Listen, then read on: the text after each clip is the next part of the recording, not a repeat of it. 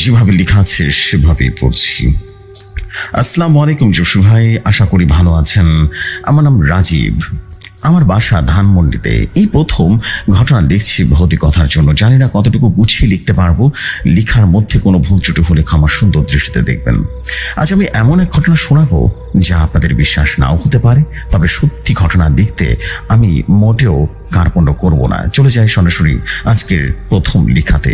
আমার নাম রাজীব, আমার বাড়ি বাংলাদেশের দক্ষিণাঞ্চলের একটি গ্রাম। নামটা বলছি না কারণ এখনো সেখানকার মানুষ এই ঘটনায় ভয় থেকে পুরোপুরি মুক্ত হতে পারেনি। আমি পেশায় একজন স্কুল শিক্ষক। ঘটনাটি ঘটেছিল 2018 সালের অক্টোবর মাসে। আমি তখন সদ্য বদলি হয়ে এই গ্রামে এসেছি। গ্রামটা সাধারণ ছিল, চারপাশে ধান ক্ষেত, মাঝে মাঝে নারকেল আর তাল গাছের ছায়া। তবে যেটা অস্বাভাবিক সেটা হলো গ্রামের এক প্রান্তে একটা পুরনো কুড়ে ঘর, তার পেছনে দাঁড়িয়ে থাকা একটা বিশাল কৃষ্কায় জড়ানো শিকড় পাতায় ঢাকা গাছ। দূর থেকে দেখলে মনে হতো যেন কোনো মৃত প্রাণীর হাড়কোড় দাঁড়িয়ে আছে। মানুষ গাছটার নাম দিয়েছে শয়তানের গাছ। প্রথম আমি এসব কুসংস্কার বলে উড়িয়ে দিতাম, কিন্তু একদিন যখন স্কুল থেকে ফেরার সময় ওই গাছের পাশে দিয়ে হেঁটে যাচ্ছিলাম, তখন আমার মনে হলো গাছটার নিচে কেউ বসে বসে কাঁদছে। আমি থামলাম। কে ওখানে? আমি জিজ্ঞেস করলাম। কোনো উত্তর নেই, শুধু পাতার হালকা নাড়া, যেন কেউ হঠাৎ করে গাছের পেছনে সরে গেল। আমি গলা ফাটিয়ে ডাকলাম, এই যে, কে আছো ওখানে? এবারও কোনো সারা শব্দ নেই। হঠাৎ করে বাতাস একদম যেন থেমে গেল। গায়ের পশম খাড়া হয়ে উঠল। মনে হলো কেউ আমার ঘাড়ের পেছনে নিঃশ্বাস ফেলছে। আমি দ্রুত পা চালিয়ে সোজা বাসায় ফিরে এলাম। সেদিন রাতে কেউ ঘুমাতে পারেনি। দরজা জানালার বাইরে সেই গাছটার যেন তাকিয়ে আছে আমাকে। অন্ধকারেও তার রূপরেখা স্পষ্ট। পরদিন স্কুলে গিয়ে সহকর্মী জাহাঙ্গীর স্যারের সাথে ঘটনাটা বললাম। উনি একটু অবাক হলেন না, বরং নিচু গলায় বললেন, তুমি ওই গাছের পাশে গিয়েছিলে? ভাগ্য ভালো যে বেঁচে গিয়েছিলে। মানে ওখানে গেলে কি হয়? ও গাছের নিচে যতজন বসেছে তাদের কেউ আর ঠিকঠাক মতো সুস্থ হয়ে বেঁচে ফিরেনি। কেউ পাগল হয়ে গেছে, কেউ আত্মহত্যা করেছে। আর ওই গাছটা নাকি একটা সময় আগে তান্ত্রিক পুঁতে রেখেছিল শয়তানকে বশ করার জন্য। আমি অবিশ্বাস করলাম, কিন্তু ভেতরে কোথাও যেন কাঁপুনি ধরল। রাত 1টার সময় হঠাৎ ঘুমটা ভেঙে গেল। ঘরে হিমশীতল বাতাস। জানালা আমি বন্ধ করে শুয়েছিলাম, কিন্তু খুলে গেছে কখন যেন। পর্দা উড়ছে, ঘর জুড়ে গাছের পাতার শব্দ। শুয়ে শুয়ে বাইরে তাকিয়ে দেখি ওই গাছটার ডাল যেন নড়ছে না, বরং যেন কোনো সাদা কাপড়ে ঢাকা মানুষ নিচে দাঁড়িয়ে তাকিয়ে আছে আমার দিকে। আমার নিঃশ্বাস বন্ধ হয়ে আসছিল।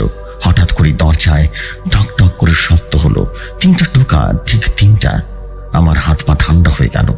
সাহস করে দরজা খুলে দেখি কেউ নেই সেখানে, কিন্তু দরজার সামনে ভেজা কাদা মাটির উপরে একটা সাদা কাপড়ের টুকরো পড়ে আছে। কাপড়টা ভেজা, আর তাতে রক্তের মতো একটা লাল দাগ। আমি সেদিন বুঝতে পারলাম এই কাজটা শুধু কাজ নয়, এটা কোনো অভিশাপ। আর সেই অভিশাপ আমার ঘাড়ে চেপে বসেছে। সেদিন রাতের ঘটনার পর আমার শরীরটা একদম দুর্বল হয়ে গেছিল। কাশি, জ্বর আর ঘন ঘন দম বন্ধ হয়ে আসার মতো অনুভূতি হচ্ছিল। আমি অফিসে যেতে পারিনি। দিনের আলোতে অদ্ভুত ভয় পেতাম। মনে হতো জানা পর্দার ফাঁক দিয়ে গাছটা আমার দিকেই তাকিয়ে আছে। আমার বাসা থেকে সেই গাছের দূরত্ব বড়জোর 150 গজ। জানা দিয়ে একটু দূরে তাকালেই দেখা যায় সেই পেঁচানো ডাল, শুকনো পাতায় ঢাকা কঙ্কালের মতো আকৃতি। অথচ আশেপাশে সব গাছে সবুজ ছায়া ঘন। আমি ঠিক করলাম এই গাছটা সম্পর্কে জানতে হবে, শুধু ভয় পেলে চলবে না। জানতে পারলাম বছর 10 আগে এই গাছের পাশে একটা টিনের ঘরে থাকতো একজন বুড়ো মানুষ। গ্রামের সবাই তাকে ডাকতো ঘোর প্যাচ তান্ত্রিক নামে। লোকটা নাকি ভোরে ঘুমাতো আর রাত ভোর গাছের নিচে ধূপ জ্বালিয়ে কিছু মন্ত্র পড়তো। কেউ তাকে কিছু জিজ্ঞেস করলে বলতো এই গাছের নিচে 7টা আত্মা শুয়ে আছে, আমার বন্ধুরা।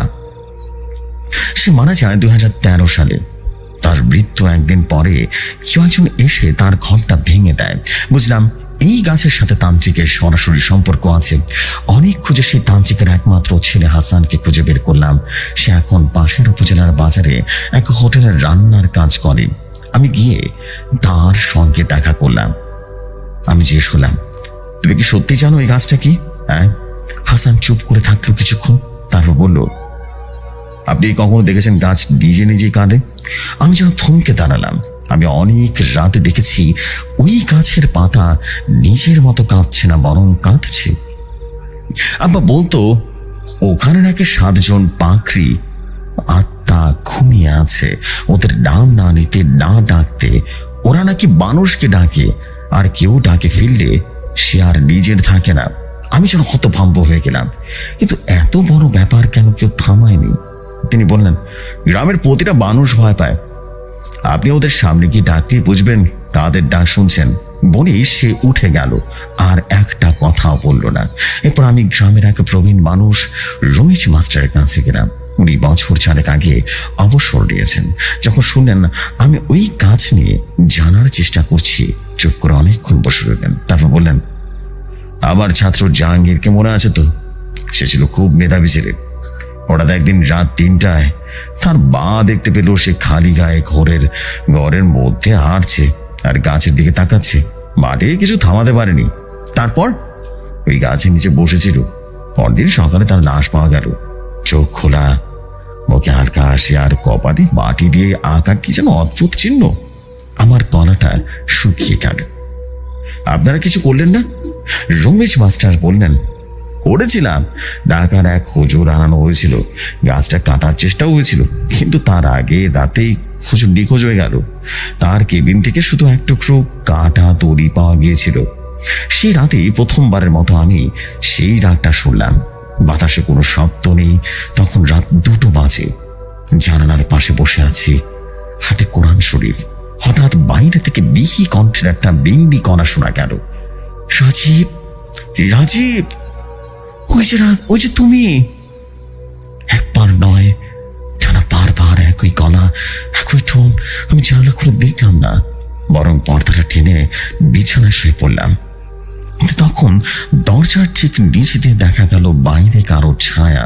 ছায়াটা এক পা করে ঘুরে বেড়াচ্ছে আমার বারান্দাটায়। তার পরনে কাপড় মাটিতে গড়াগড়ি খাচ্ছে, এবং তার পায়ের নখ লাল রক্তাক্ত তীক্ষ্ণ হয়ে গেছে। পরদিন সকালে আমি গ্রামবাসীদের ডাকি একটা সভা ডাকলাম। সবাইকে জানালাম গাছটা কেটে ফেলতে হবে। ভয় পেয়ে থাকলে চিরদিন এই গাছই মানুষ মরবে। সবাই প্রথমে ভয় পেয়ে পেছনে সরে গেল, কিন্তু তারপর একজন উঠে বলল, আমি গাছ কাটবো। লোকটার নাম ইসমাইল। সে কুড়ার দোকানে কাজ করে। পরদিন সকালে আমরা একসাথে গাছের সামনে গেলাম। ধূপ, পানি পড়া, আয়াত সব পোড়া হচ্ছিল। ইসমাইল এক কোড়াল মারতেই আচমকা হওয়ার মতো একটা ধোঁয়া বের হলো গাছের গা থেকে। আর পরদিন ইসমাইলকে পাওয়া গেল পাশের পুকুরে গলার ভিতরে মাটি ধরা, চোখ খোলা আর ঠোঁটের কোনো খিচুনি অবস্থায়। ইসমাইলের মৃত্যুর পর পুরো গ্রাম যেন থমকে গেল। লোকজন আবারও আগের মতো গাছটিকে এড়িয়ে চলতে লাগলো। কেউ আর গাছটা কাটার কথা মাথায় আনলো না, বরং ইসমাইলের জানাজার দিন লোকেরা মুখে মুখে বলাবলি করছিল, যারা গাছের গায়ে হাত দিয়েছে কেউ বেঁচে ফেরেনি। কিন্তু আমার ভেতরে যখন ভিন্ন এক আগুন ঝুলছিল। আমি জানতাম ইসমাইল গাছটা কাটতে চায়নি কারো কথা শুনে। তার বিয়ে কয়েক মাস আগে ওই গাছের পাশ দিয়ে যাওয়ার পর থেকে কথা বলা বন্ধ করে দেয়। পাগলের মতো শুধু বলতো, ওখানে একটা মহিলা বসে আছে, হাসে, হাতে ডাকে। ইসমাইল নিজের মেয়েকে ফেরাতে চেষ্টা করে গিয়েছিল, আর শেষ পর্যন্ত প্রাণ হারালো। আমি চেক করলাম এই ঘটনার শেষ আমাকে টানতেই হবে। হ্যাঁ, ভয় করছিল প্রচন্ড, কিন্তু একটা অদ্ভুত নেশা, এক ধরনের টান মনে হচ্ছিল। আমি না গেলে কিছুই শেষ হবে না। শুক্রবার রাত 1:17 আমি একা বের হলাম। গায়ে চাদর জড়ানো, হাতে টর্চ, পকেটে তাবিজ আর পবিত্র আয়াতের কাগজপত্র। পা টিপে টিপে এগিয়ে গেলাম সেই গাছের দিকে। অন্ধকার গাছটা যেন কোনো বিশাল জীবিত কঙ্কাল। মাটির নিচ থেকে শিকড় উঠে এসেছে। কিছু জায়গায় করে যাওয়া মানুষের চামড়ার মতো থমথলে দাগ। আমি থেমে দাঁড়ালাম, চারদিকে স্তব্ধ। ঠিক তখন আমার সামনে মাটির মধ্যে ধীরে ধীরে উঠে এলো একটা মহিলা, একেবারে সাদা কাপড়ে ঢাকা, কিন্তু মুখ নেই, মুখের জায়গা শুধু গর্ত। আর তার হাত, সে হাত দিয়ে শুধু আমাকে ইশারা করলো। আমি যেন আয়াত পড়তে লাগলাম, কণ্ঠ শুকিয়ে এসেছে। সে সামনে এগুচ্ছে, শব্দহীন ভাবে যেন ভাসছে সে। আমি দৌড়ে পালাতে চাইলাম, কিন্তু পা দুটো যেন গেঁথে গেছে। ঠিক তখন হঠাৎ পেছন থেকে কেউ একজন আমার কাঁধে হাত রাখলো। আমি পেছনে ঘুরে তাকিয়ে দেখি, এটা তো আমার মা। তিনি বললেন, তুই এখানে কি করছিস রাজীব? এটা আমার হঠাৎ করে মনে হলো, মা তো মারা গিয়েছেন 3 বছর আগে, তিনি তাহলে এখানে এলেন কিভাবে? আমার আর বোঝার বাকি রইল না এটা কি ছিল। আমি যেন চিৎকার করে জ্ঞান হারালাম। জ্ঞান ফিরে পেতেই পরদিন সকালে মসজিদের ইমামের কাছে চলে গেলাম। উনি আমাকে বললেন, তোমাকে একটা পিচ্ছি খালেদ ওখান থেকে টেনে নিয়ে এসেছে, বুঝতে পেরেছ? ও বলেছিল আপনি গাছের সামনে পড়েছিলেন আর মুখ দিয়ে ফেনা বেরোচ্ছিল, আপনার হাতের তালুতে কিছুটা লেখা ছিল, তুই আবারও আসবি। আমি তাকিয়ে দেখলাম, হ্যাঁ সত্যি আমার তালুতে মাটি দিয়ে আঁকা একটা বাক্য। এটা আমি দেখিনি। এরপর আমি জানতে পারলাম এক ভয়ঙ্কর ইতিহাস। সেই গাছ আসলে এক গণকবরে রোপণ করা হয়েছিল। ব্রিটিশ আমলের সময় এখানে 7 জন লোককে একসাথে পুড়িয়ে মারা হয়েছিল, কারণ তারা এক ব্রিটিশ সাহেবের বিরুদ্ধে বিদ্রোহ করেছিল। লোকজন বিশ্বাস করতো তারা সবাই মারা গেলেও আত্মা গাছের মধ্যে আটকে গেছে। পরবর্তী প্রজন্মে একজন তান্ত্রিক সেই গাছকে বানায় তার তান্ত্রিক শক্তির উৎস হিসেবে। প্রতি রাতে সে আত্মাদের তালিম দিয়ে ব্যবহার করত, আর মৃত্যুর পর তার আত্মাও এই গাছে বন্দী হয়ে পড়ে। গাছটি এক ধরনের আত্মহরণকারী আত্মাতে পরিণত হয়েছে, যা মানুষের মস্তিষ্ককে ভয়ে টেনে নেয়। তার স্মৃতি, শহর সব যেন চুষে নেয়। শেষ পর্যন্ত শরীরটাকে ফেলে রাখে, আত্মাটাকে নিজের ভেতরে রেখে দেয়। যত কিছুই হোক, আমি ঘটনার রেশ কাটিয়ে উঠতে পারলাম না। 3 সপ্তাহ পর হঠাৎ গ্রামের এক মেয়ের হঠাৎ আত্মহত্যার খবর আসে। সেদিন ইসমাইলের মেয়ে যার কথা বলা বন্ধ করে দিয়েছিল, সে শুধু রেখে গিয়েছিল একটা ডায়েরি, যেখানে 1 লাইন বরাবর লেখা, আমি দেখেছি সেই গাছ হাসে আর হাসে হাসে বলে, আরেকজন এসো, আরেকজন এসো। আমি এই গাছ ছেড়ে চলে এসেছি। এখন আর গ্রামের কেউ ওই রাস্তা ধরে হাঁটে না। স্কুলের রাস্তা ঘুরে সে ইউনিয়ন পরিষদ। তবে মাঝে মাঝে রাতে আমি এখনো সেই শব্দ শুনি, সেই কণ্ঠস্বর, রাজীব তুই আমার কথা শুনেছিস? আবারও আয়। ঘুম থেকে উঠে দেখি জানালার পাশে রাখা গ্লাসে অর্ধেকটা খালি, আর বাতাসে একটা পাতার দোল খাচ্ছে। যে সময় এটাই ছিল আমার লেখা গল্প। যদি গল্পটি ভালো লাগে পড়ে শোনাবেন। এমন সব ক্রিপি গল্প আমার কাছে অনেক আছে, সময় করে সবই লিখে পাঠাবো। আসসালামু আলাইকুম, ভালো থাকবেন ভাই। আমি রাজীব বলছিলাম। এই জিনের কাছের সম্পর্কে যদি আরো কিছু তথ্য পাই তাহলে অবশ্যই জানাবো। আসসালামু আলাইকুম, ভালো থাকবেন সবাই।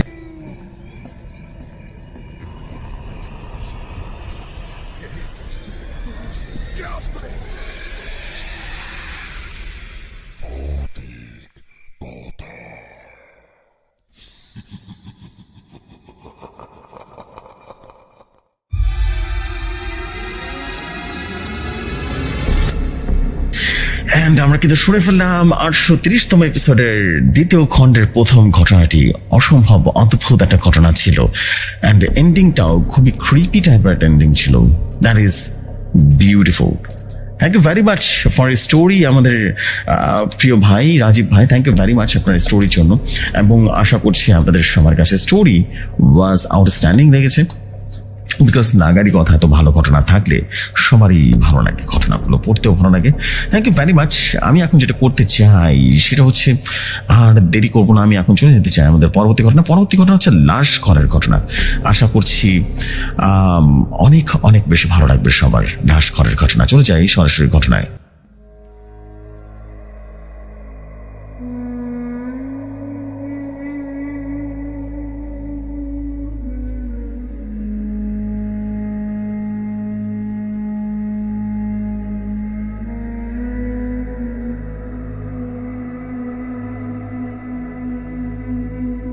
যেভাবে লেখা আছে সেভাবেই পড়ছি।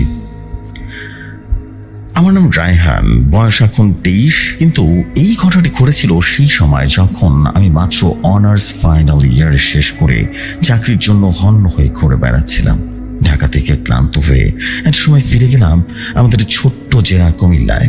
ভাবলাম হয়তো এখান থেকে সরকারি বা সেমি গভর্নমেন্ট জব জোগাড় করা যাবে। আমার বড় মামা ছিলেন এক ক্লিনিকে সিনিয়র অ্যাসিস্ট্যান্ট। তিনি একদিন বললেন, দেখ, তোকে যদি কিছু অভিজ্ঞতা নিতে হয় তাহলে আমাদের এখানে একটা অস্থায়ী কাজ আছে। লাশ ঘরের কেয়ারটেকারের ছেলেটা গতকাল হঠাৎ করে চলে গেছে, বুঝলি? কেউ নেই এখন দেখাশোনা করার। তুই যদি কিছুদিন দেখাশোনা করতে পারিস বেশ কিছু টাকা পেয়ে যাবি। আমি একটু থমকে গেলাম। লাশ ঘর মানে মর্গ, এই জায়গায় কাজ? ভয় লাগলেও মাথার ভেতরে তখন একটাই চিন্তা, টাকা এবং অভিজ্ঞতা। আর এই তো কাজ, তো শুধু লাশ ঘরের সামনে বসে থাকা, কেউ ডাকলে রেজিস্টার লিখে দেয়া, দরজা খোলা বন্ধ করা, আর মাঝে মাঝে ডাক্তারকে সাহায্য করা। ভয়ের কি আছে? কিছুই নেই। এটাই আমার সবচেয়ে বড় ভুল ছিল। আমি রাজি হয়ে গেলাম। জায়গাটার নাম ছিল মোহনা ক্লিনিক, ছদ্মনাম। ছোট মাঝারি মানের একটা ক্লিনিক, তার পাশে লাগোয়া একটা ছোট্ট একতলা বিল্ডিং, যেখানে বলে সবাই এটাই লাশ ঘর, মানে হাসপাতালের অফিসিয়াল ওয়ার্ক। সেখানে কোনো সারাদিনের চিৎকার চেঁচামেচি নেই। খুব নিস্তব্ধ এক ধরনের অদ্ভুত গা ছমছমের নীরবতা। ছাদে চলছে একটা নীল বাতি, রাতে ওই বাতিটাই জ্বলতে থাকে। প্রথম দিন বিকেলে যখন ক্লিনিকে এলাম, ম্যানেজার সাহেব বলে দিলেন, রায়ান, তুই শুধু রেজিস্টার লাশ আসা যাওয়া দেখবি, দরজা খুলবি, আর কেউ ডাকলে ডাক্তারদের খবর দিবি, কেমন? আর একটা কথা, রাত থাকতে লাশ ঘর বন্ধ করে বেরিয়ে যাস। রাতে কখনো একা ভেতরে যাস না। আর কিছু হলেও ভেতরে ফ্রিজওয়ালা লাশগুলো খুলে দেখার কোনো চেষ্টাও করবি না। যা দেখবি তাতে তোর ঘুম তো হারাম হয়ে যেতে পারে, বললাম, সাবধান করে দিলাম। আমি একটু হেসে বললাম, আচ্ছা স্যার, চিন্তা করেন না। ভেতরে ঢুকে প্রথমবারের মতো মনে হলো জোরে একটা শীতল বাতাস চলে এসেছে। দেওয়ালে ঝুলছে 3টে স্টিলের গেট, ফ্রিজার ঢাকা, 3টায় 3টা লাশ রাখা আছে। তার নিচে একটা টেবিল সাইডে ধাতব ট্রে, যেটায় কোনো কিছুই রীতিমতো কাটাছেঁড়া বা নমুনা সংগ্রহের সময় ব্যবহার করা হয়। সেদিন প্রথম কোনো লাশ ছিল না। আমি জানালা খুলে বসলাম, খাতা কলমে আগের রেজিস্টার ঘাটলাম। সন্ধ্যা 6টা পেরোতেই মনে হলো জায়গাটা একটু অন্যরকম হয়ে যাচ্ছে। চারদিকে ঝিঝি পোকার আওয়াজ, পাশের ক্লিনিকের ভিড়ও কমে গেছে। রাত 8টার থেকে আমি দরজা তালা মেরে রীতিমতো বের হয়ে এলাম। চলে যাওয়ার সময় পাশ ফিরে দেখি ফ্রিজার গেটগুলো মাঝখানে কাঁপছে খুব আস্তে আস্তে। বাতাস নয়, যেন ভেতর থেকে কেউ ধাক্কা দিচ্ছে। আমি দ্রুত পা বাড়ালাম। পরদিন সকালে ফিরে এসে দেখি মর্গের দরজার সামনে ভিড়। একজন পুরুষ মারা গেছেন স্ট্রোক করে। লাশটা রাখা আছে স্টিলের টেবিলে। তার স্ত্রী, ছেলেমেয়ে সবাই কান্না করছে। আমি গেট খুলে দিলাম।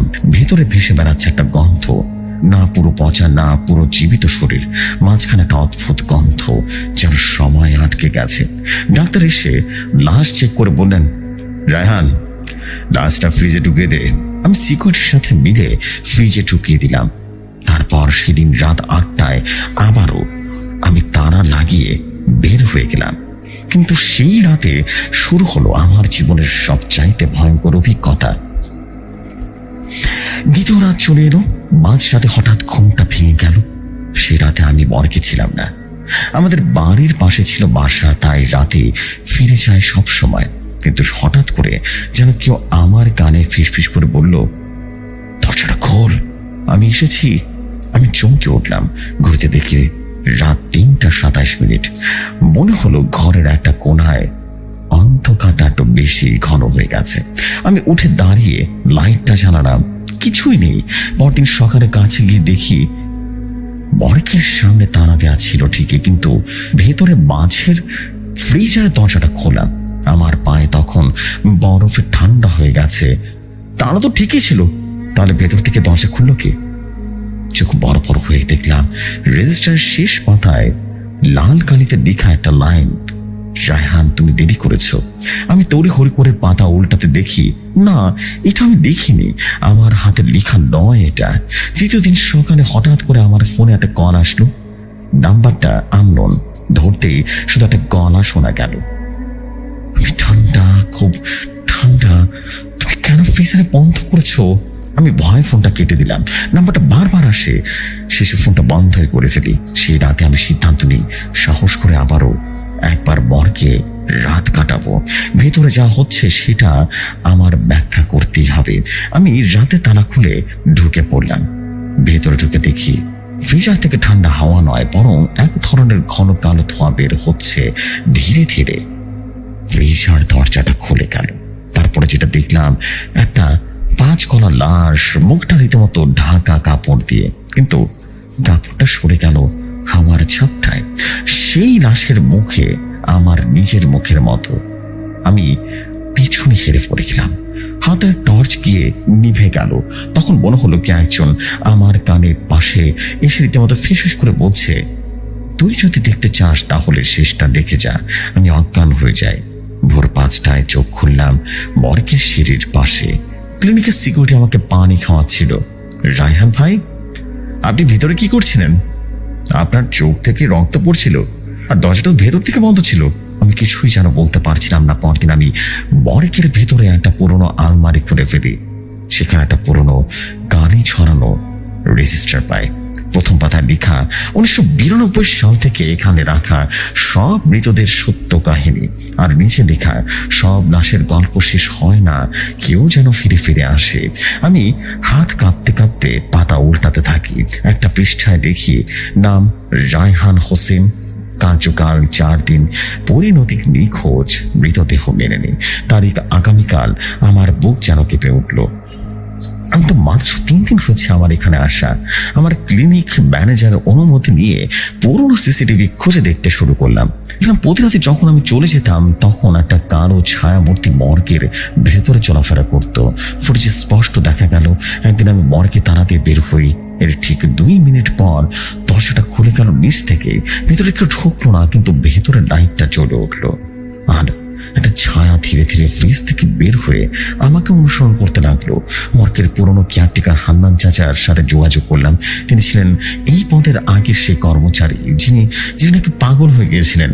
কিন্তু যখন আমি তাকে খুঁজে পেলাম, উনি বললেন, তুই বিশ্বাস করবি না, এই মর্গে যে থাকে সে মানুষের দেহে প্রবেশ করে ফেলে। যে সবচেয়ে দুর্বল তাকে সে বেছে নেয়। আমি নিজেও একদিন ফ্রিজার করে নিজের লাশ দেখেছিলাম রে। এরপর তো আমি পাগলি হয়ে গেছিলাম। তুই পালা রায়হান, এই জায়গাটা তোকে বেছে নিয়েছে, তোকে কিন্তু শেষ করে দিবে রে। কোনটা সত্য কোনটা মিথ্যা এটাই বুঝতে পারবি না। সে রাতে আমি শেষবারের মতো মর্গে গেলাম। লাশ ঘরের ফ্রিজারের মধ্যে কেবল একটা স্লট খালি ছিল, আর সেটাতে একটা সাদা কাপড় রাখা ছিল যার গায়ে লেখা তোমার জন্য সংরক্ষিত। আমি পেছনে তাকাতেই দরজাটা বন্ধ হয়ে গেল। ভেতরটা অন্ধকারে ডুবে গেল। আমি যেন স্পষ্ট শুনতে পেলাম কে যেন বলল, তুমি দেরি করেছো, এখন আর ফিরে যাওয়ার পথ নেই। রাত তখন 1:42। আমি আটকে আছি মর্গের ভেতরে। সাদা কাপড় দিয়ে ঢাকা ফ্রিজারের একটা ঘরে লাশ, সেখানে লেখা তোমার জন্যই সংরক্ষিত। চোখের সামনে হঠাৎ লাইটটা যেন নিভে গেল। চারদিকে কেবল বাতাস আর বাতাস আর ঘন নীরবতা। আমি ফিসফিস করে ডাকলাম, কেউ আছে? ঠিক তখন ফ্রিজারের দরজাগুলো কাঁপতে লাগলো। একটা দরজা নিচ থেকে খুলে গেল। ভেতর থেকে বেরিয়ে এলো একটা অন্ধকার ছায়া মূর্তি। সে পুরো কক্ষ জুড়ে ছড়িয়ে গেল, তারপর আবার এক জায়গায় গড়িয়ে গড়িয়ে দাঁড়িয়ে পড়লো আমার সামনে। তার কোনো চোখ ছিল না, কিন্তু তার দেখে ঘন অন্ধকারটা যেন গোপন ভয় বুঝে ফেলেছে। সে বলল, যাকে ভুলে গেছো সে এখন তোমার স্মৃতিতে ফিরতে চায়। ছায়াটি ধীরে ধীরে রূপ নিল একজন যুবকের মতো। একটু পরে আমি চিনতে পারলাম এটা ছিল জাভেদ ভাই। জাভেদ ভাই এই মর্গে কাজ করতেন 3 বছর আগে। হঠাৎ একদিন নিখোঁজ হয়ে যান, লাশ মেলেনি। ক্লিনিক বলেছিল তিনি নাকি চাকরি ছেড়ে চলে গেছেন, কিন্তু আমি জানি উনি এতটা চুপচাপ মানুষ ছিলেন, ভদ্র মানুষ ছিলেন। এভাবে উঠা হবার মতো কথা তো নয়। তিনি হালকা গলায় বললেন, আমি জানি তুই সত্যি খুঁজতে এসেছিস। এখন শোন আমার কাহিনী। সেদিন রাতে একটা অপরিচিত লাশ এলো। তার শরীর ছিল কাটা দাগ, অদ্ভুত চোখ আর নাক দিয়ে রক্ত ঝরছিল। কিন্তু সবচেয়ে অদ্ভুত, তার বুকের উপরে লেখা ছিল এখনো মৃত না। আমি ভুল করে সেই ফ্রিজে ঢুকিয়ে দিই। রাত 3:13 একটা ডাক শুনতে পাই, আমাকে ছাড়ো, আমি বাঁচতে চাই। কিন্তু আমি ভয় পেয়ে কিছুই করিনি। সে ভুলটাই আমার জীবন নিল। আমি এখন আটকে আছি এই লাশ ঘরের ছায়ার মধ্যে। আমি জিজ্ঞেস করলাম, এখন কি করব আমি? তিনি বললেন, তোর নাম রেজিস্টার থেকে মুছতে হবে, নইলে তুই কিন্তু অভিশপ্ত মর্গে আটকে যাবি নতুন কেউ না আসা পর্যন্ত। আমি বললাম, কোথায় সে রেজিস্টার? উনি বললেন, পুরোনো কক্ষের নিচে। কিন্তু আগে বলি, সেই রেজিস্টার পাহারা দিচ্ছে ছায়া, তাকে ফাঁকি দেওয়া কিন্তু সহজ নয়। আমি হোঁচট খেতে খেতে সেই পুরোনো ঘরে গেলাম। ঘরের নিচে মাটির পাটাতলে উঠিয়ে দেখি কাঠের বাঁশের চামড়ার বাঁধাই করা একটা রেজিস্টার, অনেক পুরনো রেজিস্টার। আমি টর্চ জ্বালিয়ে পাতা উল্টাতে থাকলাম। একটা পাতায় আমার নাম লাল কালিতে লেখা। ঠিক তখনই একটা ধাতব আওয়াজ। পেছন দিকে তাকে দেখি ফ্রিজারের ভিতরে সে অন্ধকার ছায়াটা যেন বেরিয়ে এসেছে। সে বলল, তুমি তার জন্য এসেছো, এখন সে তোমার জন্য এসেছে। আমি রেজিস্টার পাতা ছিঁড়ে ফেলতে লাগলাম। হঠাৎ ঘর কাঁপতে শুরু করলো, বাতাস যেন ঘূর্ণি ঝড় ঘুরতে শুরু করলো। এক মুহূর্তে আমি অজ্ঞান হয়ে যায়। চোখ খুললাম পরদিন সকাল 9টা নাগাদ। আমি মর্গের বাইরে বাগানের পাশে পড়ে আছি। সিকিউরিটি বলল, ভাই আপনি কোথায় ছিলেন? ভেতরে সব জিনিস তৈরি হলো, ফ্রিজগুলোও ফাঁকা, আর রেজিস্টার বইটাও উঠাও। আমি কিছুই বলিনি। আমি শুধু জানতাম আমি ফিরে এসেছি, বেঁচে ফিরে এসেছি। আমি পরদিনই চাকরিটা ছেড়ে দিলাম। কোনোদিন সেই মর্গের কাছেও যায়নি। শুনেছিলাম এই ঘটনার পর মর্গের ক্লিনিক নাকি পুরোপুরি বন্ধ হয়ে যায়। কিন্তু অনেকেই বলে সেই জায়গায় নাকি এখনো অনেক রকমের কান্নার আওয়াজ শোনা যায়। কখনো নাকি সেখানে অশরীরীদের বসবাস দেখতে পাওয়া যায়। যশু ভাই, এটাই আমার ঘটনা। যদি ঘটনাটি ভালো লাগে পড়ে শোনাবেন। ঘটনাটি একদম আমার নিজের লেখা ঘটনা। বিশ্বাস করা বা না করাটা কিছুই নেই, আমার জাস্ট ইচ্ছা ছিল আপনাকে একটা ঘটনা পাঠানো। ঘটনাটি ভালো লাগবে পড়ে শোনাবেন। আসসালামু আলাইকুম।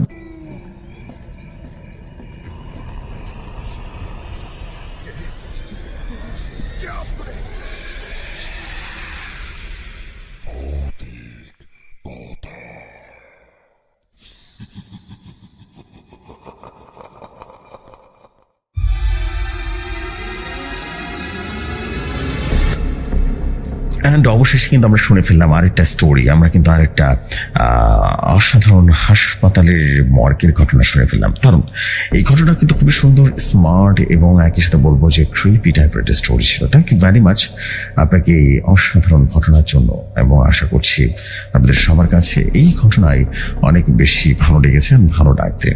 সো আমরা এখন চলে যাবো আমাদের পরবর্তী স্টোরিতে। আশা করছি পরবর্তী স্টোরি আপনাদের কাছে অসম্ভব রকম ভালো লাগবে। চলে যাই পরবর্তী স্টোরি।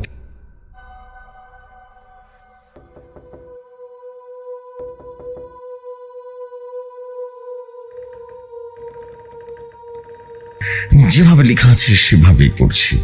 আসসালামু আলাইকুম জসু ভাই, আমার নাম রফিক। এটা আমার পাঠানো দ্বিতীয় ঘটনা।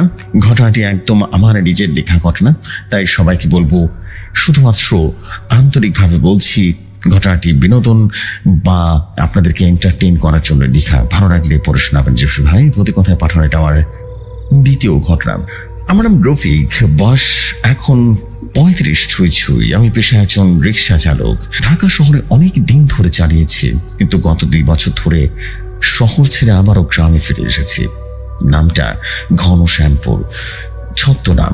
নওগাঁচরের একদম শেষ প্রান্তে একটা অজপাড়া গ্রাম। গায়ের জীবন একদম শান্ত, তবু মাঝে মাঝে এমন কিছু ঘটে যা শহরের মানুষ বিশ্বাস করবে না। আর যে গল্পগুলো বলবো সেটা সত্য ঘটনা, এতটাই সত্য যে এখনো রাতে একা রাস্তায় নামতে ভয় লাগে। ঘটনাটা শুরু হয় গত বছরের শীতের রাতে। শীত তখন তুঙ্গে। আমি সেদিন সন্ধ্যাবেলা বাজারে রিক্সা নিয়ে দাঁড়িয়েছিলাম। যদি কেউ গ্রামের দিকে যায়, হঠাৎ দেখি একটা বোরকা পরা মহিলা এসে দাঁড়ালো আমার সামনে। বলল, ভাই চালাবেন? গরুস্থান পাড়ার পাশের রাস্তা পর্যন্ত যাব। আমি বললাম, ওখানে তো রাতের বেলা কেউ যায় না আপা, এখন বাজে 7:30। ও পথে জঙ্গল আর একটা পুরনো আম বাগান পড়বে। আপনি কোথায় যাবেন? মহিলাটা তখন বললেন, আমার ছেলেটা হারিয়ে গেছে, তাকে খুঁজে পেতে যাব। আমি ওইদিকে গেলেই হয়তো বা খুঁজে পাবো। অদ্ভুত লাগলো, কিন্তু তার কথাগুলো সহানুভূতিশীল ছিল। আমি বললাম, আচ্ছা চলুন, কিন্তু আপনি তো একা যাবেন না তো? হ্যাঁ, মহিলা বলল, আমি একা নই। এই কথাটা শুনে আমার শরীরে কাঁটা দিয়ে উঠলো, কিন্তু মুখে কিছুই বললাম না। চাকার ঘর্ষণ চলতে শুরু করলো। আমার রিক্সা অন্ধকার আর ঘন কুয়াশার ভেতরে। রিক্সা চালিয়ে আমরা পৌঁছে গিয়েছি গোরস্থানের কাছাকাছি, যেখানে পাশেই ছিল একটা পুরনো আম বাগান। সেই আম বাগানের মাঝখানে এক টুকরো মাঠ। কেউ বলে ওখানে নাকি অনেক বছর আগে এক সাধু সন্ন্যাসীকে হত্যা করে কবর না দিয়ে ফেলে রাখা হয়েছিল। গ্রামের পুরনো মানুষরা বলেন তখন থেকে ওখানে কিছু একটা ঘোরাফেরা করে ছায়া নেই, গন্ধ আছে। রিক্সার পেছনের সিটে বসে থাকা মহিলার কথা বলেছিলাম বোরকা পরা, কিন্তু অদ্ভুত একটা নিস্তব্ধতা। আমি মাঝে মাঝে পেছনে তাকাচ্ছিলাম, তার মুখ দেখতে না পারার কারণে কিছু বোঝা যাচ্ছিল না। বাতাসে ওড়ানো চাদর এমনই ভুবন ভোলানো একটা গান, যেটা ভালোবাসা না ভয় বোঝানো যাচ্ছিল না। একটা সময় আমি বললাম, আপা জায়গাটা চলে এসেছে, নামবেন তো? তখন কোনো সারা শব্দ নেই। আমি বললাম, আপা? কোনো শব্দ নেই। সাহস করে পেছনে তাকালাম, রিক্সার সিট খালি। কিন্তু সবচেয়ে ভয়ঙ্কর ব্যাপার হলো তখন বুঝলাম রিক্সার পেছনের সিটে পায়ের চিহ্ন নেই, এমনকি বসার চিহ্নটুকু নেই। অথচ আমি ওজন ঠিকই অনুভব করতে পারছি। আমি অনুভব করতে পারছিলাম ওনার নিঃশ্বাস। ঘাম দিয়ে একেবারে ভিজে গেল শরীর। তখনই হঠাৎ পাশের আম বাগান থেকে শব্দ এলো, বাচ্চার কান্নার আওয়াজ। না, এটা কোনো সাধারণ বাচ্চার কান্নার আওয়াজ নয়। জ্যান্ত বাচ্চা যেভাবে কাঁদে না, ঠিক সেরকম তাদের একটা কষ্ট আছে, একটা টান আছে, একটা হাজারি আছে। আমি পাগলের মতো রিক্সা ঘুরিয়ে পালাতে চাইলাম, কিন্তু চাকা যেন আটকে গেছে। পেছন থেকে কোনো একটা কণ্ঠস্বর শোনা গেল, আমার ছেলেটা কোথায়? এই কণ্ঠ বাচ্চার নয়, এটা বাচ্চার মায়ের নয়, এটা নারীর নয়, পুরুষের নয়, এটা কোনো মানুষের নয়। আমি দৌড়ে রিক্সা ফিরে পালালাম। পরদিন সকালবেলা আমি তখন পুকুর পাড়ে বসে বসে কাঁপছিলাম, দেখে কাপড়ও ভেজা। গ্রামের লোকজন জড়ো হলো, সবাই ভাবলো হয়তো আমি মদ খেয়েছি, কিন্তু একমাত্র যে লোকটা আমার কথা বিশ্বাস করলো সে হলো শামসুল হুজুর, আমাদের গ্রামের মসজিদের ইমাম সাহেব। তিনি বললেন, তুই যে আম বাগানের কথা বলছিস না, ওরা তো বাচ্চাকে জিনের এলাকা। বহু বছর আগে এক তান্ত্রিক সেই জায়গায় বাচ্চা কোরবানি দিত, শয়তানকে তুষ্ট করার জন্য বলি দিত। সেই সময় থেকে ওখানে ছায়া শক্তি বাস করে। সে নিজে বা হয় নিজের ছেলেকে খোঁজে, কিন্তু তার বাচ্চা নেই, তাই সে দূর থেকে অন্য বাচ্চাদের গন্ধ পেলে টেনে নেয়। আমি সেটা ঘাবড়ে জিজ্ঞেস করলাম, তাহলে আমার রিক্সাও বসেছিল কেন? হ্যাঁ। হুজুর এক দৃষ্টিতে তাকিয়ে বললেন, তুই ছিলি শুধুমাত্র বাহক। সে তোর শরীর ব্যবহার করে এলাকা ছাড়িয়ে যেতে চায়, কিন্তু তুই গোরস্থান পার হতে দিসনি, তাই মাঝ পথে হারিয়ে গেছে। আমি বললাম, আর ওর বাচ্চা কান্নাটা, ওটা কাদের? হুজুর দীর্ঘশ্বাস ফেলে বললেন, যাদের কোনো কাজ কাম নেই, যাদের কবরও হয় না, যাদের আত্মার মা বাবা ছাড়া পৃথিবীতে পড়ে থাকে, তারা। সেই ঘটনা 3 দিন পর থেকে আমার ভয় হওয়া শুরু হলো। আমার এলাকায় নতুন শিশু নিখোঁজ হতে শুরু করলো। সবাই বলল শহরের মানুষ ধরে নিয়ে গেছে, কিন্তু আমিও জানি ওটা মানুষ নয়। আর আমি জানতাম আবারও সেই বোরখাওয়ালা মা ফিরে আসবে তার নতুন শিকার নিতে। হয়তো এবার আর নতুন আর কোনো পিছনে নয়, আমার সন্তান খুঁজে কণ্ঠ নিতে। ঘটনার 3 দিন কেটে গেছে। এখন আমি রাতে ঠিকঠাক মতো ঘুমাতে পারি না। মনে হয় আমার রিক্সার পেছনে সেই সিটে কয়েকজন বসে আছে, নিঃশব্দে নিঃশ্বাস নিচ্ছে, আর আমার বাড়ির উঠোনে পেরিয়ে ঢুকতে চাইছে। আমার একমাত্র ছেলে 7 বছরের জামিল। ঠিক সেদিন থেকে ছেলেটার আচরণ কেমন যেন বদলে গেল। সারাদিন সে চুপচাপ বসে থাকে, চোখ দুটো যেন ফাঁকা, কোথাও তাকিয়ে থাকে না, কিন্তু সব কিছু দেখে। রাতের বেলা সে ঘুমের মধ্যে একঘেয়ে আওয়াজ শুনতে থাকে, মা আইসো, মা আইসো। আমার স্ত্রী হানিমা খুব চিন্তিত হয়ে বলল, বাচ্চা হয়তো বা হুঁশ হারাচ্ছে বারবার। কিন্তু না, শরীরের তাপমাত্রা একদম স্বাভাবিক, না কোনো মেডিসিন কাজ করে, না ওর ঘুমের কোনো পরিবর্তন আসে। বরং রাতের ঘরের জানালা দিয়ে কেউ যেন দাঁড়িয়ে থাকে, অদৃশ্য একটা সত্তা, যার পায়ের ছায়া পড়ে না, কিন্তু জানালার কুয়াশার উপরে দাগ রেখে যায়। আমি তখনও ভয় পাচ্ছিলাম, কিন্তু বোঝাতে পারছিলাম না কাউকে। তাই গোপনে নিয়ে হাজির হলাম বৃদ্ধ কবিরাজ মনির উদ্দিন মনিরুদ্দিনের কাছে, যিনি অনেক আগে শহর ছেড়ে এই এলাকাতেই বসবাস করছিলেন। উনি চুপ করে বসে রইলেন। আমার সব কথা শুনে তিনি বললেন, তুই যার রিক্সা চালাইছিস না, সেটা কোনো মানুষ ছিল না, সেটা ছায়াজিন ছিল।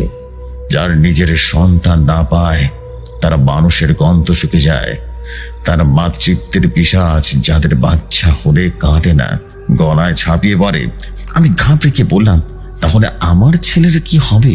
উনি একটা পুরনো কাঠের বাক্স খুলে 3টা জিনিস দিলেন। একে তেঁতুল গাছের পুরনো শিকড়, 2 কালো সুতো দিয়ে বাঁধা ছোট্ট বোতল, আর 3 একটা ধোয়া ছাড়ানো লাল রঙের গন্ধযুক্ত ফুল। তিনি বললেন, আজ রাত পার করতে হলে কাল ভোরে নামাজের আজানে পালাতে হবে। আর রাত 3টার সময় জানালার দিকে তাকিয়ে কেউ থেকো না, ও ডাকে। চোখে চোখ পড়লে আর কেউ রক্ষা করতে পারবে না। আমি ছেলের ঘরের চারদিকে লাল চুন দিয়ে রেখেছিলাম। জানালার পাশে খুঁটি পুঁতে তেঁতুল শিকড় ঝুলিয়ে রেখেছি।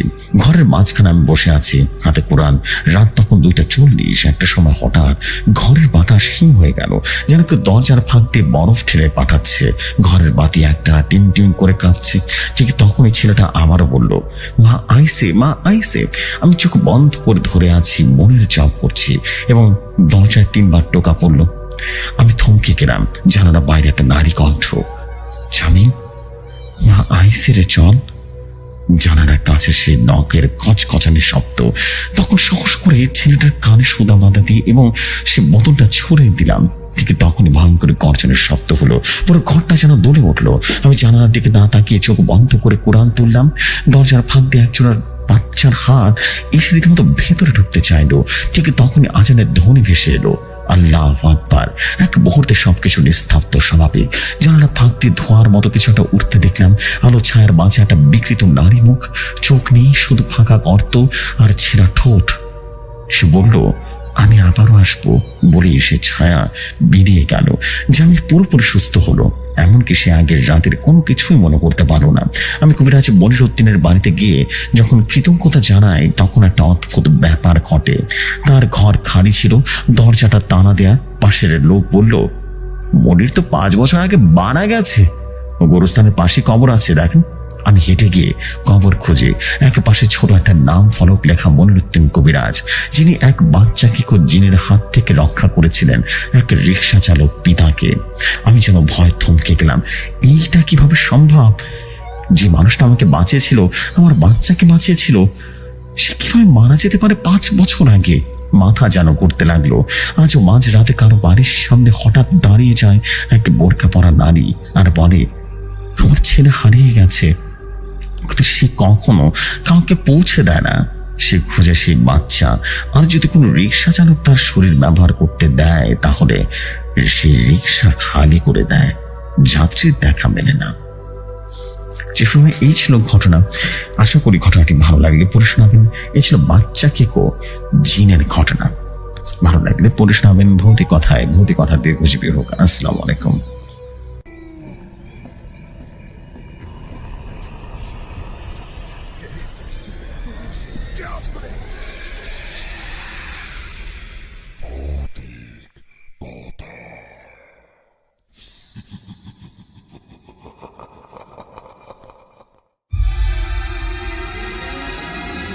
ওয়ালাইকুম আসসালাম প্রিয় ভাই, thank you very much for you beautiful story. And আশা করছি অনেক অনেক অনেক দারুণ কিছু ভালো লাগবে আপনাদের কাছে। So this is the fact.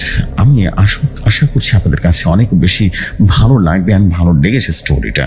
And ভালো লাগলেই অনেক বেশি ভালো কিছু আপনাদের জন্য নিয়ে আসবো।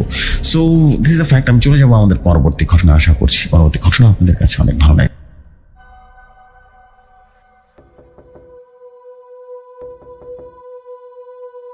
যেভাবে লেখা আছে সেভাবে পড়ছি। তিনি লিখেছেন, আসসালামু আলাইকুম জসু ভাই, আমার নাম রবিউল হাসান। আমি পেশায় একজন হসপিটালের কর্মী। ঢাকা থেকে সদ্য পোস্টিং হয়ে উত্তরবঙ্গের এক পুরনো জেলা হাসপাতাল, নামটা বলছি না কারণ এই হাসপাতাল এখন নামই হাসপাতাল। ভেতরে কি ঘটে সেটা কেউ জানে না। তবে আমি যেটা দেখেছি সেটা কাউকে বলতে গেলে তারা আমাকে পাগল ভাববে। ঘটনাটা শুরু হয়েছিল 2022 সালের নভেম্বর মাসে। আমার আগের পোস্টিং ছিল ঢাকার বীরপুরে। অনেক ব্যস্ত জায়গা, কিন্তু কাজের পরিবেশ ভালো ছিল। হঠাৎ অফিস থেকে চিঠি আসে, আপনাকে আগামীকাল বদলি করা হলো উত্তরবঙ্গের মেডিকেল হাসপাতাল শাখা 2-এ।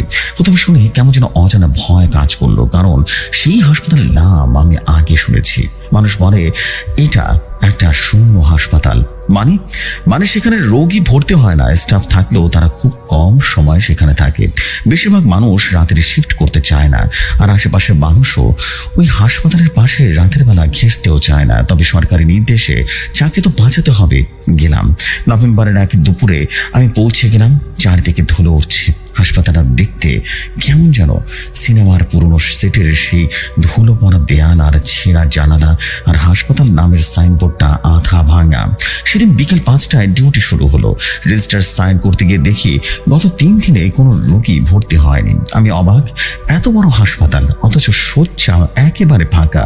Senior nurse Shamsun Nahar madam বললেন, রবিউল, যত তাড়াতাড়ি কাজ শেষ করো ততই ভালো। আর কিছু যদি অস্বাভাবিক লাগে কাউকে কিছু বলবে না, চুপচাপ নিজের কাজ করো। আমি বুঝে গেলাম কিছু একটা রহস্য আড়ালে আছে। রাত 11টা। হাসপাতালের পুরো 2য় তলাটা আমার দায়িত্বে। তবে গেটের বাইরে 2জন নিরাপত্তা কর্মী বসেছিল, আর নিচের ফ্লোরে থাকে একমাত্র ডিউটি ডাক্তার ডক্টর হাফিজ। 11:30 বাজে। আমি মেডিসিন রুম থেকে ইঞ্জেকশন দিয়ে বের হয়েছি। হঠাৎ শুনে একটা মেয়ে কান্না ভেসে আসছে 2য় তলার শেষ করিডর দিক থেকে। আমি থমকে গেলাম। পায়ের শব্দ একবার, তারপর আবার। কান্নাটা ধীরে ধীরে জোরে হয়ে উঠছে, ঠিক যেন একটা বাচ্চা মেয়ের বিলাপ। আমি সাহস করে এগিয়ে গেলাম। দেয়ালে লাগানো একটা কাঁচের জানালার পাশে দিয়ে টানাতেই হঠাৎ থাপ করে একটা আওয়াজ হলো। ছায়াটা হঠাৎ করে যেন ছুটে গেল। আমি পেছনে ঘুরে তাকালাম, কেউ নেই সেখানে, কিন্তু দেয়ালে তখনও কুয়াশার মতো হালকা একটা নীলচে আলো ঝলক দিয়ে উঠছে, যেন কেউ আমার দিকে তাকিয়ে হাসছে। রাত সেদিন ঘুমহীন কেটেছিল। আমার কেবিনের দরজাটা বন্ধ ছিল, তবুও মনে হচ্ছিল কেউ জানালার ফাঁক দিয়ে তাকিয়ে আছে। বারবার মনে হচ্ছিল কেউ গলার কাছে এসে ফিসফিস করে বলছে, পিছনে তাকাও। কিন্তু যতবার পিছনে ঘুরে তাকাই কিছুই নেই। সকালে উঠে মুখ ধুতে গিয়ে আয়নার নিজের মুখের দিকে আটকে উঠলাম। চোখের নিচে কালো দাগ, ঠোঁট শুকিয়ে পাথরের মতো হয়ে গেছে, যেন বহুদিন ঘুমায়নি। অথচ এইটা ছিল আমার 2য় দিন মাত্র। ডিউটি অফিসারের রুম থেকে দেখতে পেলাম ডেস্কের উপর একটা পুরনো ফাইল রাখা আছে, ধুলো মরা, রীতিমতো তার উপরে কালিতে লেখা মৃত রুম নম্বর 4। আমার গলা যেন শুকিয়ে এলো। প্রথমে ফাইলটা খুললাম। প্রথম পৃষ্ঠায় একটা রোগীর তথ্য দেয়া, সুমনা আক্তার, বয়স 23, ভর্তি তারিখ 2014 সাল, 29 জুন, মৃত্যু স্থান অজানা। অজানা এইটা কেমন কথা? আরো অদ্ভুত একটা বিষয়, রোগীটির ছবির নিচে লেখা ছিল রাত 3টার পর যেন এই ওয়ার্ডে থাকতো তার ঘরে আজও কান্নার শব্দ আসে। মৃত রুম নাম্বার 4, রাত 2:50। জানি আমি যদি এখন ঘুমাতে যাই আবারও সেই ছায়া আমাকে পেছনে রীতিমতো ডাকবে। তাই ফাইল হাতে নিয়ে হাসপাতালের শেষ মাথার রুম নাম্বার 4 দেখতে গেলাম। ওই ওয়ার্ডটা সাধারণত ব্যবহার করা হয় না, দরজাটা তালাবদ্ধ থাকে। তবুও আমি চাবি আনলাম ডাক্তার হাফিজের কাছ থেকে। বলে দিলাম ওষুধ ইনভেন্টরি চেক করব। তিনি একদম হাসেননি, শুধু বললেন, দরজা খুললে ভালো করে বন্ধ করে দিও, ভুলেও পেছনে তাকিও না। কথাটা শুনে রীতিমতো মাথাটা ঘুরতে শুরু করলো। দরজাটা খুলতে গা কাটা দিয়ে উঠলো। ঘরটা ঠান্ডা, কিন্তু বাতাস ছিল না। ঘরের একটা কোণে খালি বিছানা, পাশে ছেঁড়া পর্দা, আর মাঝখানে মেয়ের একটা ছবি হাসি মুখে বসে আছে। ছবির পেছনে লেখা সুমনা 2013। ঘরটা খালি হলেও আমার মনে হচ্ছিল কেউ যেন দাঁড়িয়ে আছে। হঠাৎ করে আমার ফোনের টর্চ নিজে নিজেই নিভে গেল। তারপর যা হলো আমি আজও বলতে পারি না।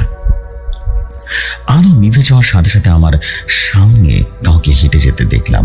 তার পা ছিল না, শুধু হাঁটু থেকে শরীরটা ভাসছিল। সে ধীরে ধীরে বিছানার দিকে এগিয়ে গেল। কাঁদতে কাঁদতে বলল, আমি এখনো মারা যাইনি, আমাকে খুঁজে পাবে না কেউ। আমি যেভাবে হোক বাইরে এলাম। তবে বের হওয়ার সময় একটু করে কাগজটা পড়েছিল দরজার পাশে। তাতে লেখা ছিল যে আমার ফাইল খুলেছে তার মৃত্যু হবে ঠিক 7 দিনের মাথায়। পরদিন সকালে ডাক্তার হাফিজের কাছে গিয়ে সব বললাম। তিনি ঘরের দরজা বন্ধ করে বললেন, এই হাসপাতাল অনেক পুরনো। 2014 সালে এই মেয়েটি ভর্তি হয়েছিল। তার শরীর ছিল প্রায় অচল। প্যারানরমাল ডিপার্টমেন্ট রিপোর্টে লেখা হয়েছিল তার শরীরে নাকি অন্য আত্মা ঢুকেছিল, আর সে রাতে সে রোগীদের সাথে কথা বলতো। আমার কাজ যেন শুরু উঠলো। এবং ডাক্তার হাফিজ বললেন, তার মৃত্যুর রেকর্ড আজও পাওয়া যায়নি। আর সবচেয়ে ভয়ঙ্কর বিষয়, প্রতিবার জানাই এই ফাইল খুলেছে 7 দিনের মধ্যে কেউ না কেউ আত্মহত্যা করেছে। আমার গলা শুকিয়ে গেল। তাহলে আমি আমি জিজ্ঞেস করলাম। তিনি বললেন, তুমি কিছুই করতে পারবে না, শুধু একটা কাজ করো, তুমি চাইলে এখান থেকে পা দিয়ে যেতে পারো, কিন্তু ওই রুম আর ফাইল কখনো ভুলে যেও না। সেদিন বিকেলে একটা ফোন কল এলো, অপরিচিত নাম্বার। আমি ধরতে ওদিক থেকে একজন মেয়ে বলল, আপনি কি রুম নাম্বার 4-এর নতুন নার্স? আমি বললাম, কে বলছেন? ওপাশ থেকে বলল, আমি নার্স রুহি, 2018 সালে এখানে ডিউটি করতাম। আপনি যত দ্রুত পারেন হাসপাতাল ছেড়ে দিন, না হলে কিন্তু সময় ফুরিয়ে আসবে আপনার। আমি জিজ্ঞেস করলাম, আপনি এখন কোথায়? ওপাশ থেকে ফিরফির করে বলল, আমি তো মারা গেছি। রুম নাম্বার 4-ই। আমার ফোনটা যেন কেটে গেল। রাত 3টা বাজে। আমি যেন থরফর করে ভয় ভয় কাঁপতে লাগলাম। হাসপাতালের করিডোর একদম নিস্তব্ধ, বাতাস নেই, জীবিত কোনো অস্তিত্ব নেই, শুধু একটা অদৃশ্য ভয় বাতাসের মধ্যে ঝুলে আছে। আমি সেই ভয়টা এখন অনুভব করতে পারি। আমি জানি আমার সময় ফুরিয়ে এসেছে। রুম নাম্বার 4-এ ঢোকার সময় আমার আর লক্ষ্য করলাম কোনো কিছুই আর আগের মতো নেই। সেদিন সেই ফোন এসেছিল, তার ঠিক পরদিন আমি ঘুমাতে পারিনি। ঘুমানি কানে ভাসে কাঁপা কাঁপা সেই নারীর কণ্ঠস্বর। আমার মৃত্যু হয়নি, ওরা আমাকে বাঁচতে দেয়নি। রাতে একদিন ঘুম ঘুম অবস্থায় হঠাৎ চোখ মেরে দেখি হাসপাতালের ছাদে পাখা বন্ধ, অথচ ছাদ ঘুরছে, আর সেখানে ঝুলে আছে কেউ। সাদা গাউনে, এক বেয়ে চুল খোলা, চোখের পাতা নেই, শুধু সাদা দৃষ্টি দিয়ে আমার দিকে এক দৃষ্টিতে চেয়ে আছে। আমি চিৎকার করতে গিয়েও যেন পারলাম না, গলা থেকে কোনো শব্দই বের হলো না। ডাক্তার হাফিজ আমাকে একটা ছোট্ট পুরনো বাক্স দেন এবং বলেন, তুমি সত্যি জানতে চাও তাহলে এইটা নিয়ে যাও, তুমি তো সাবধান। ঘরে গিয়ে বাক্সটা খুলতে দেখি ভেতরে একটা পুরনো ডায়েরি। লেখক রুহি আক্তার। রুহি ছিলেন একটা হাসপাতালের নার্স। তার হাতে ভর্তি ছিল সুমনা নামের একটা মেয়ে। ডায়েরিতে লেখা ছিল, সুমনা তার নিজের নামে পরিচিত থাকলেও সে একা ছিল না, তার ভেতরে আরেকটা কিছু ছিল। সে মাঝ সাথে দাঁড়িয়ে জানালার দিকে তাকিয়ে থাকতো আর বলতো, ওরা আসছে, ডাকবে, তোমাকেও ডাকবে। একদিন হঠাৎ করে সে খুন হয়ে যায়, কিন্তু কেউ জানে না কে করেছে। এরপর থেকে প্রতি বছর 29 জুন রুম নাম্বার 4-এ মৃত্যু হয় এক নার্সের। রুহি আরো লিখেছেন, আমার মনে হচ্ছে এবার আমার পাড়া, যদি কেউ এই ডায়েরিটা পায় জানাবেন। এই হাসপাতাল মৃতদের জন্য নয়, বরং মৃত্যুকে আমন্ত্রণ জানায় জীবিতের মাধ্যমে। আমার রুমে ফিরে ক্যালেন্ডার দেখতে গিয়ে খেয়াল করলাম আজ 28 জুন, মানে আগামীকাল সেই দিন সুমনার মৃত্যু আর বা হারিয়ে যাওয়ার দিন। মানে আমার সময় কাল রাতে, রাত 1:15। আমি সিদ্ধান্ত নিলাম, যদি জানতে চাই তাহলে যেতেই হবে সে জায়গায় যেটা কেউ যেতে চায় না, ভূগর্ভে পুরনো স্টোর রুম। ডায়েরির শেষ পাতায় লেখা ছিল, সুমনার গায়ে পেঁচিয়ে রাখা ছিল লাল কাপড়, তাতে তান্ত্রিক মন্ত্র লেখা। ওকে শেষবার দেখা গিয়েছিল সেই স্টোর রুমে। তালা ভেঙে নেমে গেলাম নিচে। মাটির গন্ধ, ঘুটঘুটে অন্ধকার। আমি টর্চ জ্বালালাম। ঘরের একটা কোণে একটা লাল কাপড় মোড়ানো কঙ্কাল পড়ে আছে, গায়ে হাড়ের আঁকা কিছু রক্ত রঞ্জিত ছাপ। আমি কাপড়টা ছুতে শুরু হলো ভূমিকম্পের মতো একটা ঝাঁকুনি। ঘর কাঁপছে, ছাদ থেকে ধুলো পড়ছে, আর যেন ফিসফিস করে বলছে, তুমি এসে গেছো, এবার আমাকে বাঁচাও। রাত তখন 2:55। হাসপাতালের ঘড়ি কাটায় তখন থেমে গেল। আমি রুম নাম্বার 4 থেকে দৌড় দিলাম। দরজাটা খোলা, ভেতরে সে সুমনা, অথচ এবার সে বসে আছে বিছানায়, জীবন্ত, চোখ যেন জ্বলজ্বল করছে। সে বলল, আমি মরিনি, আমাকে তারা পুড়িয়ে ফেলেছিল, আমি বাঁচতে চাইনি, কিন্তু আমার ভেতরে শক্তি তাকে থামানো যায়নি। আমি বললাম, তুমি কি চাও? সে বলল, প্রতিশোধ, যারা আমাকে পুড়িয়ে মেরেছে তাদের মধ্যে একজন এই হাসপাতালে আছে, ডাক্তার হাফিজ। আমি ভয় ভয় কাঁপতে কাঁপতে নিচে গিয়ে ডাক্তার হাফিজকে সব বললাম। তিনি হাসলেন, বললেন, তুই শেষজন। প্রতিবার একজন নার্স শরীর দিয়ে আত্মা বের হওয়ার পর পথ খোঁজে, কিন্তু কেউ তাকে মুক্তি দিতে পারে না। এখন তুই চাস তাকে মুক্ত করতে? আমি গলা শক্ত করে বললাম, হ্যাঁ। তিনি বললেন, তাহলে তোর শরীরটা দিতে হবে ওকে, কারণ মৃত্যুর আগে তাকে বলি দেওয়া হয়েছিল, জীবন্ত পুড়িয়ে মারা হয়েছিল। এবার সে চাইছে জন্মহীন এক দেহ। রাত 3টা বাজতে আমি অজ্ঞান হয়ে যাই। চোখ খুলতে দেখি আমি হাসপাতালের ছাদে শুয়ে আছি, চারপাশে পুলিশ, অ্যাম্বুলেন্স। একজন অফিসার বললেন, তুমি বেঁচে গেছো, কিন্তু আমরা হাসপাতালের একজনের পোড়া লাশ পেয়েছি, ডক্টর হাফিজের। আমি বললাম, আমার তো কিছুই মনে নেই, আজ 7 দিন পেরিয়ে গেছে, আমি আজও জানি না কি হয়েছিল সেদিন। এই ছিল ঘটনা। ভালো লাগবে পড়ে শোনাবেন।